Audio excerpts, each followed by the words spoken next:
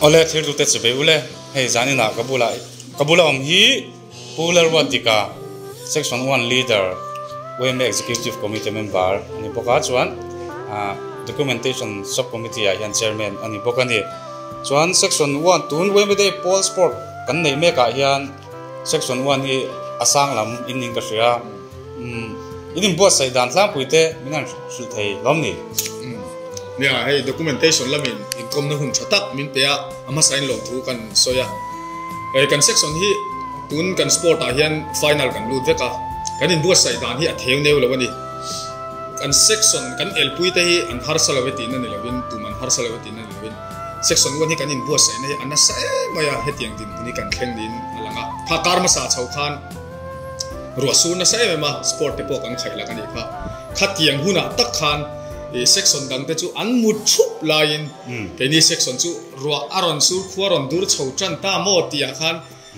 apuya noi tarazur a meya pa nulat lang ba nu thloi pa thloi khe kon ni chu an ni thom no kan phel sok sok ruwa sun no kan tlan chuang hal thina ni bo ruwa kha kan badawa tor chel kan basira ni ber mai roina kan chala ron tlak fok te kan mit muar ron tlak fok te khan enting kan tor thayang ti te real tlan huai te po khan kai ni chu kan tlan bor mai ni ruwa sun hoi kam chung huna jon section 3 lampang nulat kan kimi te chu an mu de yang an mu thup section 3 chu section 3 chu no pang pon tam an mu mun ti na a hriat chu adik che chu section 3 a chuan an pakai lo kila ni se ta chu section 3 a chuan I na wan pun hun lai hi fur lai ni chu fur lai na wan pun nge ma se section 1 a chuan ni ve lo ni in o kan soi som lenga football te volleyball te basketball te lo ma heng ho hi ke ni chuan bowling kan practice ve lo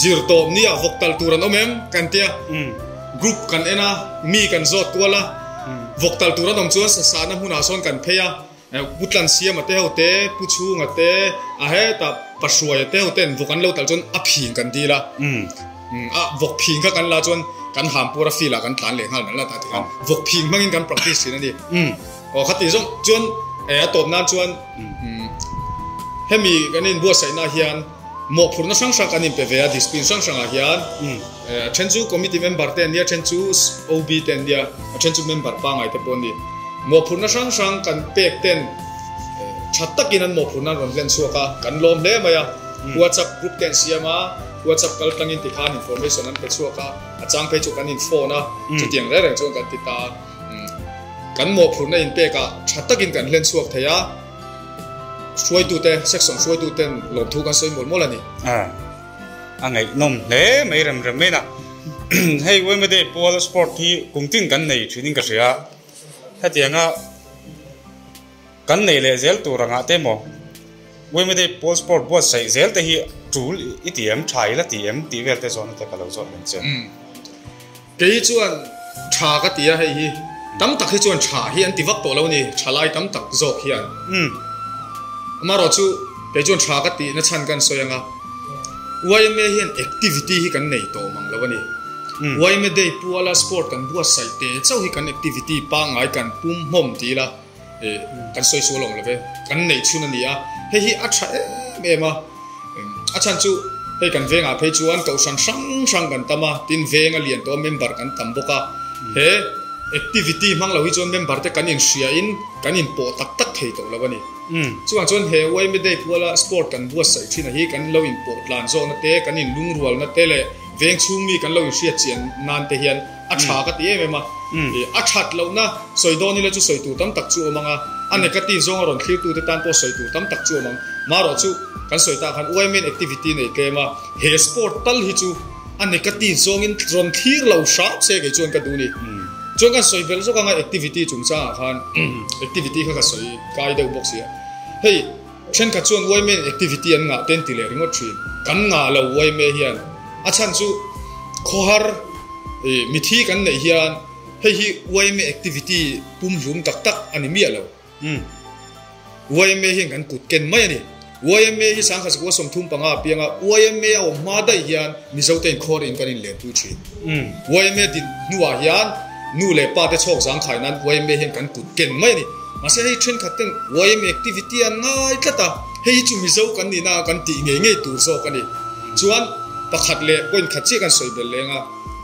natlang chungchang wantlang natlang te kan ko thin hing te poi YM activity ni lo khotlang that na turin i YM omlo masa mi zo chu natlang thin nam kan dia bangin kan natlang don thau kha YM kan put ken le mai ni kha i mania kan ti te soi citizenship itiami kha o khua le tui cha chuan ati nge nge tu ni tlang te khua le tui cha o khua le tui kan ni na angin khua le tui cha chuan na tlang te ati nge nge tu ni YM ko lampang ani lo ko shanina ko lampang ani lo khua le tui cha chuan na tlang kha ati turan top mai ni ti kha kan soi bel lok du ni chu angai no mina beng var thak le mai tin zona to bernatan chalai te hian YM hi kallang hai khu tok ki tiam ngay lu lâu đâu ít điểm tỷ về trung trang cần lâu rồi lệ rồi chăng nghe ấy cần tuần lai đình hunan khi đấy chuan cần ngay lúc tóc tổ lâu đâu em ô đi thấy à chân chú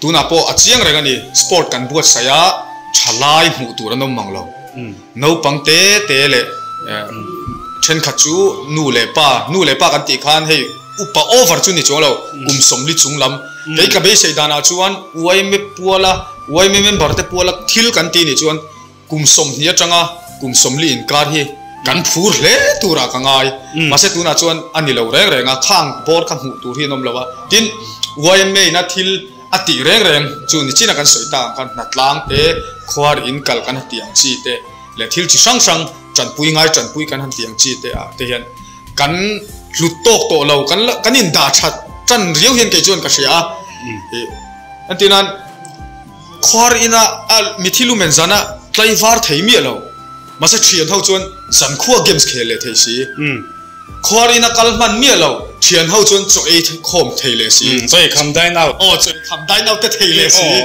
khat tiang ang chi kha an ni kan tam lu tu ka chu chuan kan ngai poimo lo si kan lu tok lo si chu kan soi tang khan natlang om la ya lo mu mai ang chi te engma buai pot in buai ni chuang si lawa lo mu mai te thian hawa lo in ko mai ang chi te khatiang kha kan tam to he chu in sir tir thar te po hi achul ni na lama mizo kan ni chu gi chuan he kan social life hi khoi huna ma an nei ve lo he natlang kan ti te khwar in kal klong mai na kan han tiang chi te khoi ra ma om lo hey ai nuam zo kan zong tiang tita se thalai te hian khoya man hu chuang lawang he ram kan om na hian he kan din hun hi pom thia mila chu tiang tu chon mila ngai hu thar leng u ngai hu thar vek turin ka wai me puite ka som tak me ni thu chatak tak kan ngai thapa report pain pular wat dika section 1 leader chunga kan lo me hin si bang nakina ama sim kom na video hi semila asar mon na video te nakina kan lang bo sai don leo thu pui他后面的是十地去去去將變得嗌就變個事啦，變得嗌十地頭。所以啲人冇講求佢啊，呢啲嘢識到。bola se iguala Dalia tu kia limpo Zarina na tu kia khóc mày Zarina kia mà rồi alo mẹ đón em alo đầu cắt mana punya dive lota mana punya ceng thành ra hito sắc sòn phôi thì vào phôi thật thịt bò rồi tao ấy thằng anh bola xem mà sao thế à đón là yes luôn cảm giác mình cái bóng này cái điều phiền đi chẳng bao giờ mới là chẳng bao có thể là đấy chẳng bao tiền chút là anh gì phải điên chơi cái bóng là phải á solo à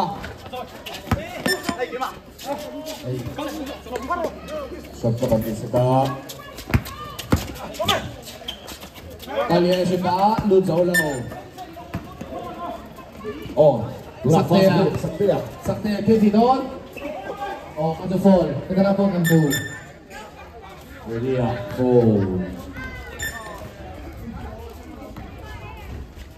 Side at the air 3. Jadi itu saya keluar perempuan yang biasa kalau kita jadi mau dia itu kalau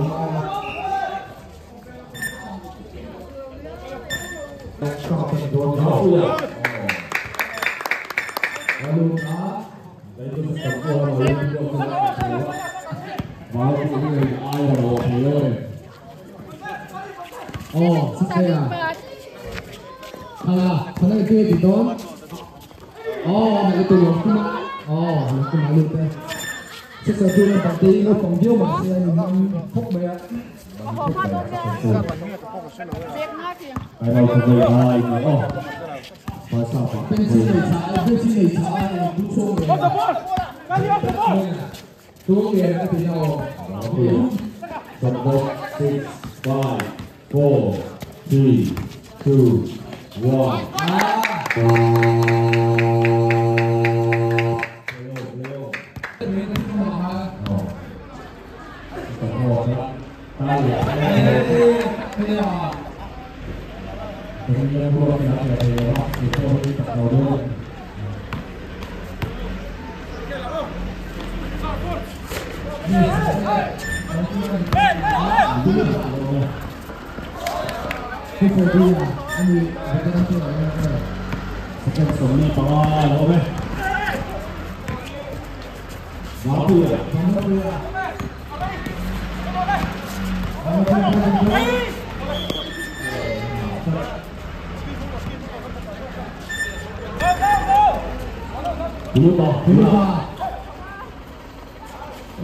Sakyan, bola.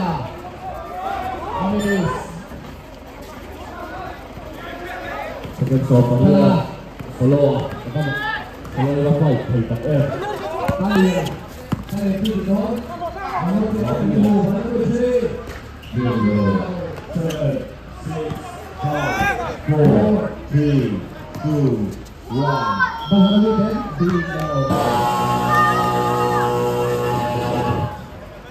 Sector 2, 19, sector 4, 18. Tân phải đi sector 3 vào rồi. Pass quarter là đầu. Chia được hơn.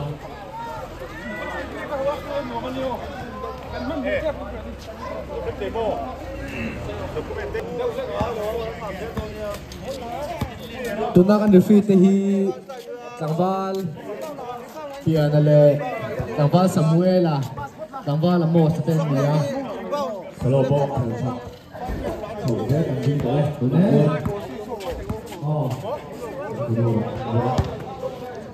Ingat Tidon.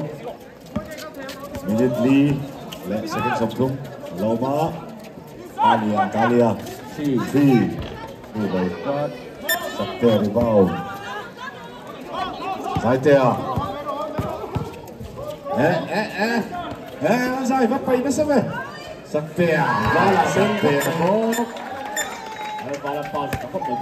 Zai full draw to bedan.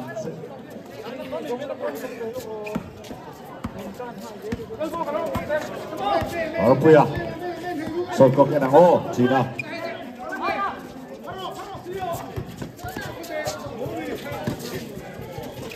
Three, 2. Fast break, Levala. Lubeta Levala. No.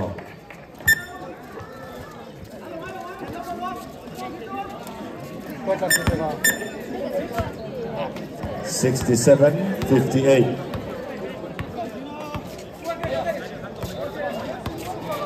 Basket Gua in section 3, Max Women 23.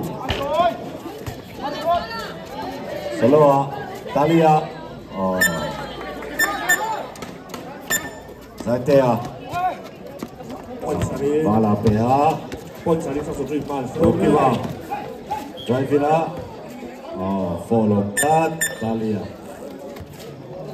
Karang Soimea. Offense. Continue offense. Hana 3. Toy. Zaitea. Charharu. Zara. Kalau nggak boleh bisa sekali akan sport subcommittee member kan. Baru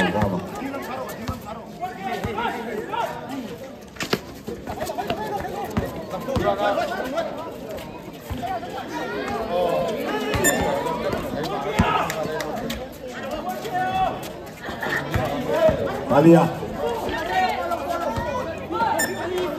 Evala. Run president where?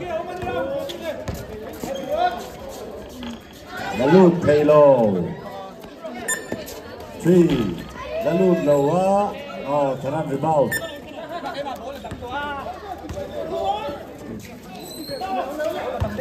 Saktia. Evala.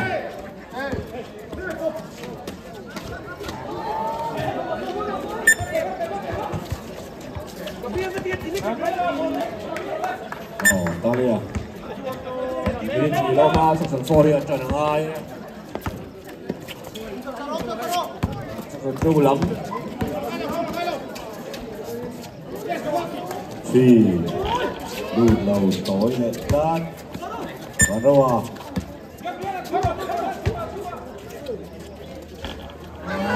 reverse lúc thầy lâu thì Eva là fast break sắp tiếp bé sắp tiếp tiến thì đó giải thế sắp tiếp đi bao Eva là Malia mặt vào theo ngay sẽ sắp phổ khá Talia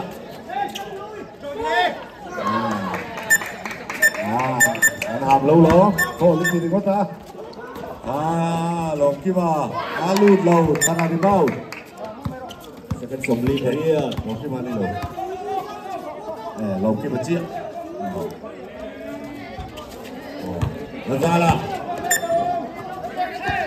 lồng kia mà phổ lồng chat Arkia.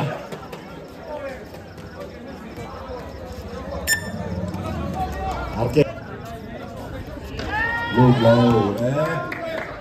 Second sân thung bằng lo ba quỳnh ngay sắp sửa về farm cứ mấy cái đi. Còn kêu alu ngay ngay tụi này hiền. Hiện được là lục tù, free throw lục tù. Phán bao sân lò sai xe và rồi full shot.这场波你帮我穿了两季时间做的，你看那个。free throw vẫn bị sơ về. Ok.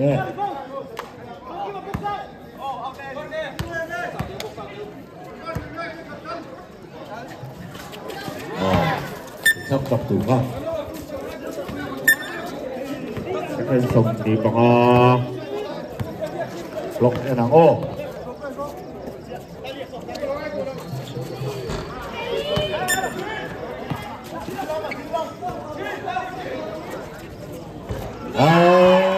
Talia 3 point 68 65 Time out.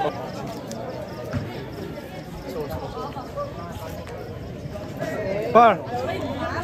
Thì khi cái đầu của cô đấy, ống sấy hô để không xuống nhà, này đấy đúng không? Cô mình có hai tên kia, thì cô nó sẽ sấy luôn. Sắp rồi thì sau khi nó cả thì phải luôn nào từ.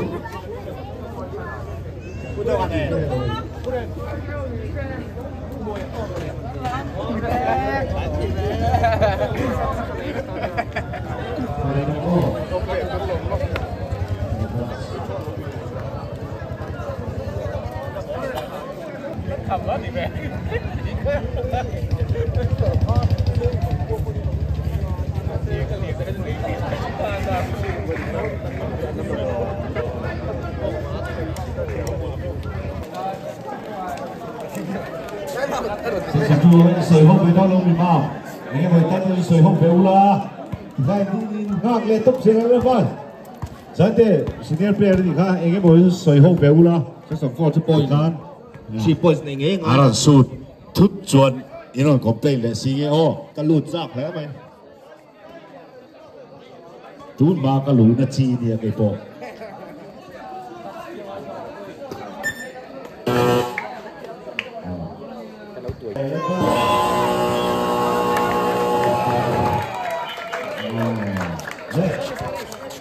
section 2 nè ôi thằng ông tập ở đây cú là arm wrestling đến tập đây là arm wrestling bù đông tập đồ đây wrestling đồ here basketball fight sai anh quiz kan buat sai dona mas saber ata nula ma se ni kan zolo ka kan brands rising day UM rising day khong ain mấy ni som ni tani sẽ tắt mấy à tắt rau chinh ngô nó bắt cái rồi liền YM Mizoram kan din kum sang khát giặc quá som thum panga sẽ tắt adik lệ tắt aman thiam về kan lo mấy coi lo man te vei la rồi mo Grand Brands UM secretary mình kha loma tlangwal nge pa kha tlangwal lo ma nula ma se ni section 2 ni chuwa kan lo me hei kapula hian kan senior kan valu party timai la pumoi te oma zaina miron hau the kan lom le me zona tlem te kan an zot lo kan khongai min chan thei chuan kan lom bia wang kan Brands rising day UM rising day hi eng tik nge kha mấy ni som ni pan hi sẽ tắt mấy à anh đi UM din kum Mizoram UM din kum anh tiếng khá sáng khá giặc quá Aris pop thầy mình rõ thu da Aris xin xin tệ cả sẽ vét chuyện nào mà Aris xin tệ rõ có som thum bằng à Aris declare lắm mấy à đi bắt thiếm về à kan lo mai Aris lo asia hey lo man kan peang a chan dia vai lo man kan peang pu moi te chunga kan lo me zona kan zot lo kang puki mai kan Brands UM rising day khong ai ming sil them mấy đi som ni là pani a chang dik lat mai à zona pakhat kan zot liang asiat lo tu a chon asiat to mi la wang asiat lo nge tu Mizoram UM din kum sáng rồi có som ni nè sang ko som li le ali siang mo confirm con phi boy khat kan ris sing leang adik lo tlat boy khat an ris le lo kumina hian UM hian a voi som ko na kan lom don voi som ko na kan lom don kumina hian UM te hi mo an ris le voi khat siang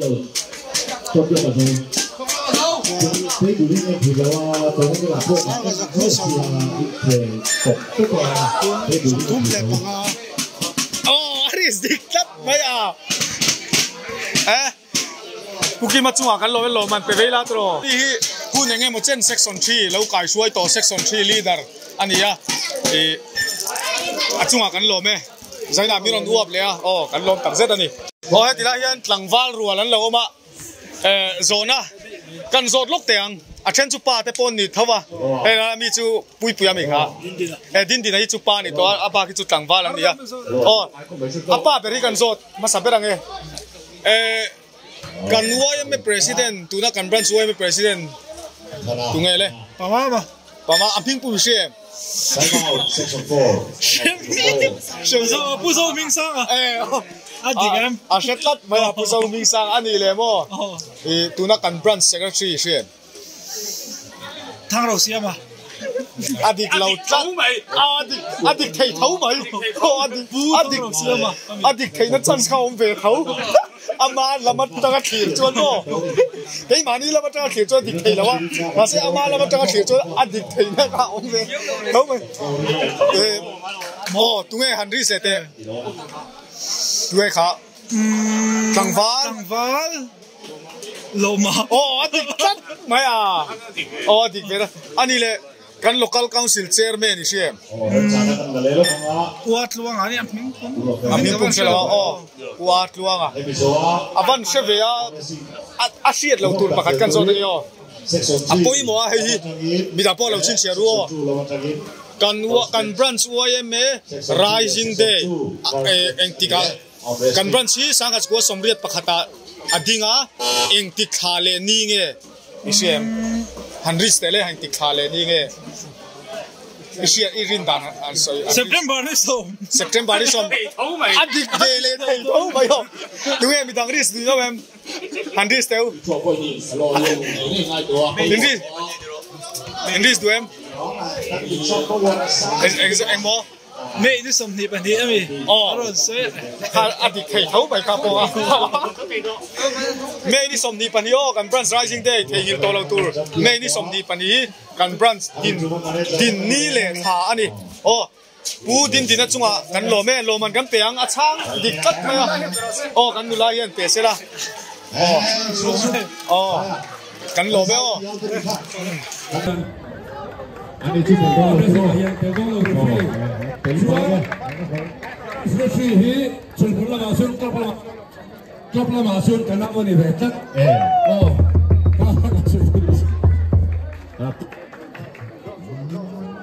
thì sẽ có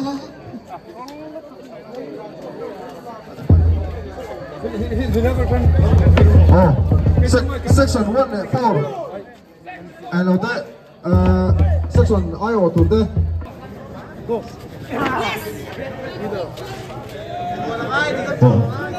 strip match today.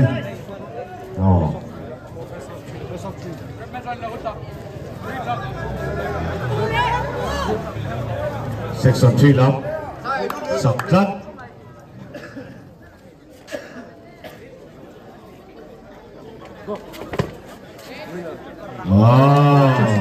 Section 2 so ya say so kalau caranya hingga fapania dengar pero hataro umsu rosa rahi kasi moment suni kumkan Mizoram Arm Wrestling Association rosa rahi puasir le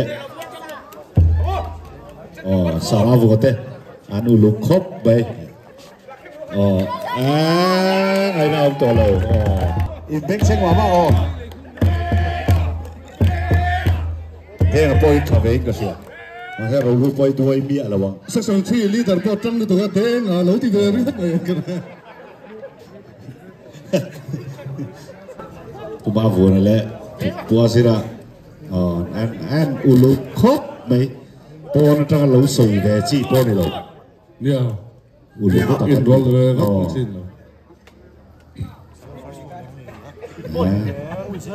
đầu lúa hôm anh opponent te phô sam nan te complain điều gì na anh phô sam được thiên thì hiện không complain đây là cái sim nó phát đúng không khá mà sẽ anh thì em về không được dia bầu rồi nó kia là cho anh cái con hip pel con số pel nghe đó tu là rồi lúa chắc chắn là con số pel là pel nghe đó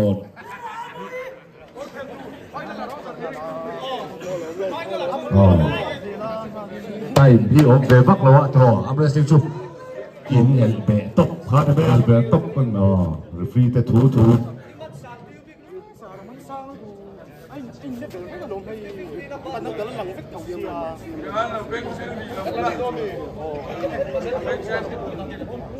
เลย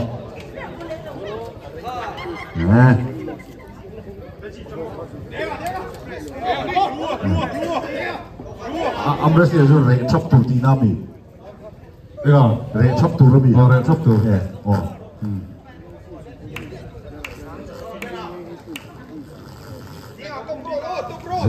top lo, lo sih tu,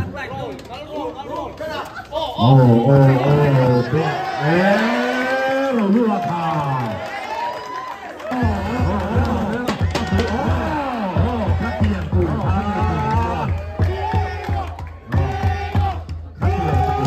tu ka,你看，不做咩？打完咗之後，做乜一直去背幕度咯，背幕度。呀，我話阿騎拉路冇嗰隻路波嗰啲拉路提地未？提地。lên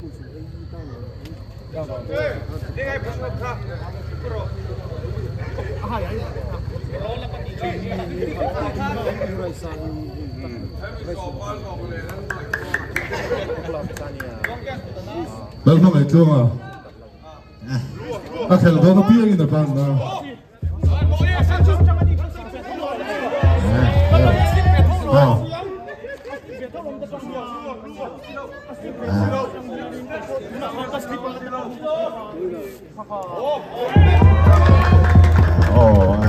Sama Bobby le pura fela hi Rinan spokesman dia man ya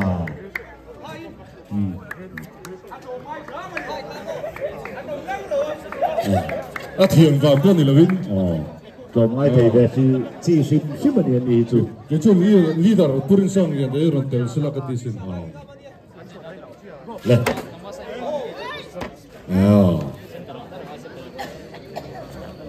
warm up lấy yang ai chuyện này pura fela Saval Bobby à pura fela hi section 4 le section 4 anh ya Bobby à section 2 anh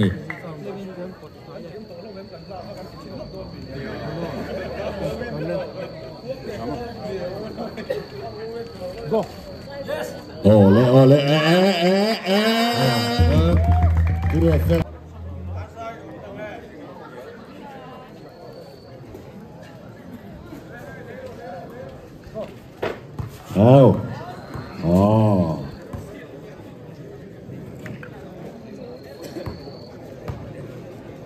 step lại đó nè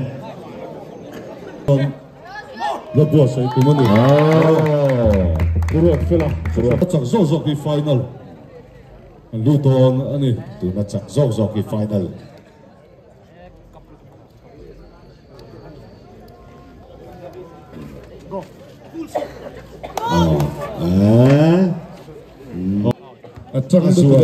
Trăng lu tuka suai an kan sia sinam biak chu ria ma se ei thei dai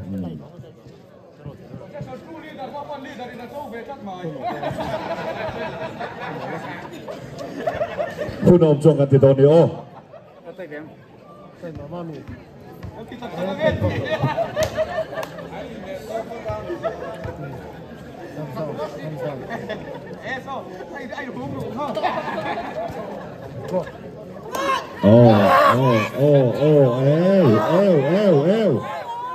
Come on.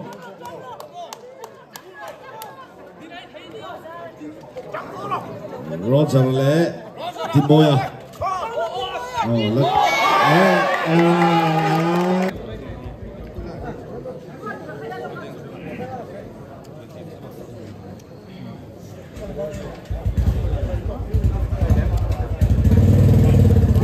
Kan official kan nia kuno an ulu khop bay an ni ba kichu an ông chuông lâu nia le Roger le Timoya Timoya Roger le chắc chắn lâu đâu đi ó nghe anh học tự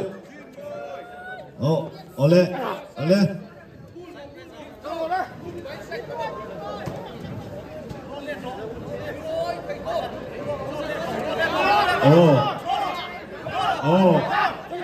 thiệt tốt người nó về ăn bù lắm sao bù lắm không em chắc không vậy cái official tên thọ phi về thọ phi rồi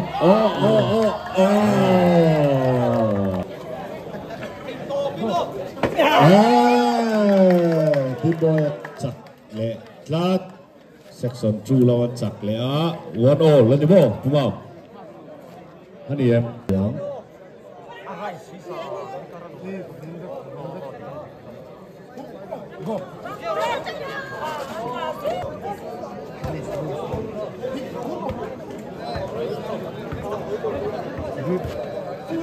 lên chặt lệ đốt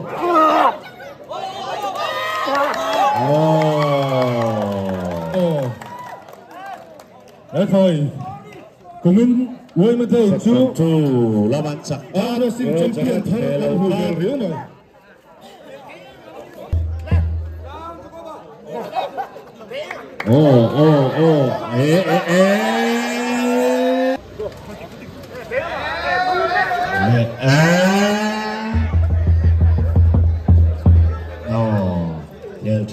Theo sang lâu sức đặt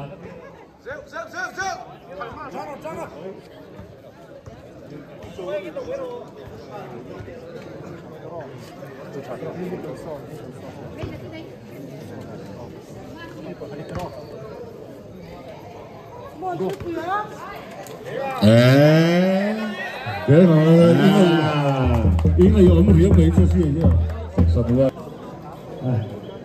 tôi bây giờ khai để xin khai khai phát tổ lên đi tôi là mấy đọc xe khi ở ba mình thua tôi là chủ động hai ca sự tôi cả đầu mấy là sửa mấy cái xe số trên mấy là mấy thì thằng này là số số chín đúng không thằng này thì Southpense Southland Riders MSL local to ania most three boss there Arona hi chula khel lawa ma se ko lu lo pulo pro koi set Samuela basketball players tam no section ve ve ni a tu chat mai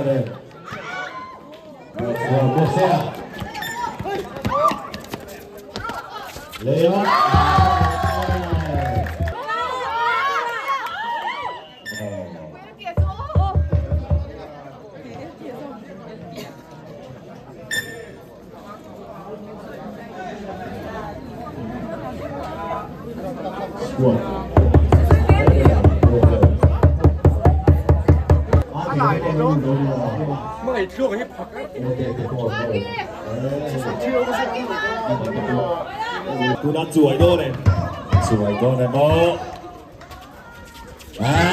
phản hình lên lực cát đây là chuỗi rồi bố ở đây thủ bị mất ta để đi còn trộn phía bạn sang đây thủ bị mất anh bây giờ đây là người sang đây có thủ được về nó vui ạ đấy vui ạ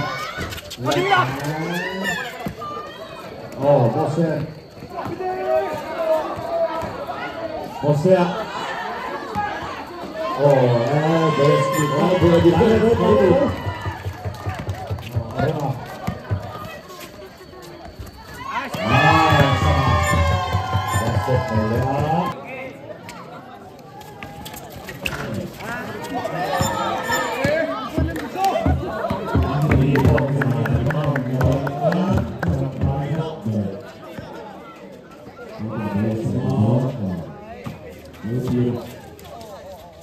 Otea.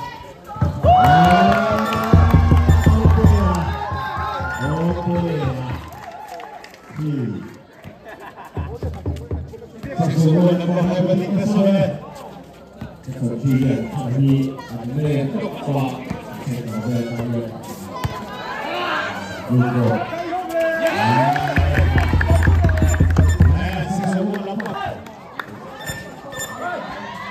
Otea, Otea.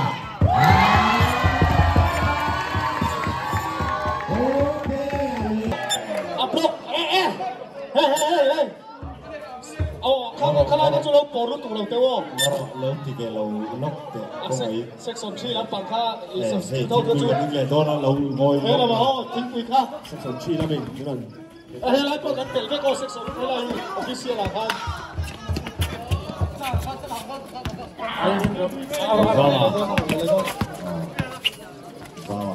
Section 2 tu. Biara. Oh. Apa? Biara. Arek, kali dekat mereka. Pro back. Section 2 tu kan kalau jom buai ni siap tu.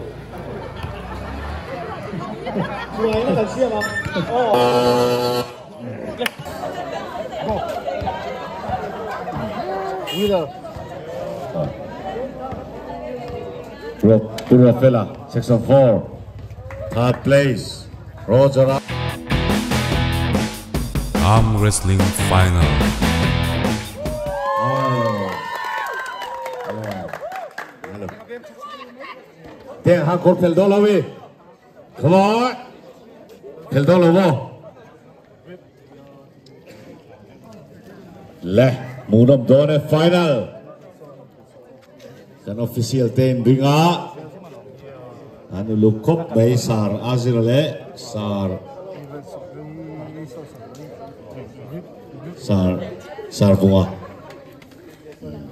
bunga le sar azira. Oh, strap match.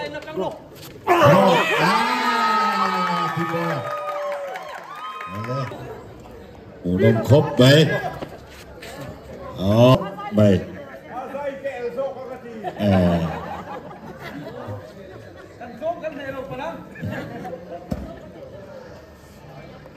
Luke. Scotland. Alat ay. Ay tay law. Ay, keduto. Sar pengaten. Buka. Oh. Sarasiran ulung kop bekar mewin. Mong bokal kop bay. Kan channel judi lauda. Le.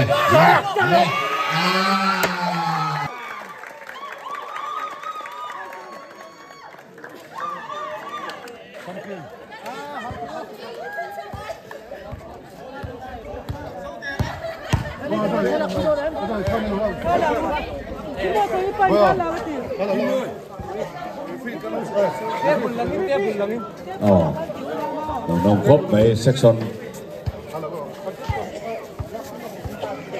two ở trong Timoya arm wrestling open champion Adi Timoya apa deh ini lebih hal mấy đó mi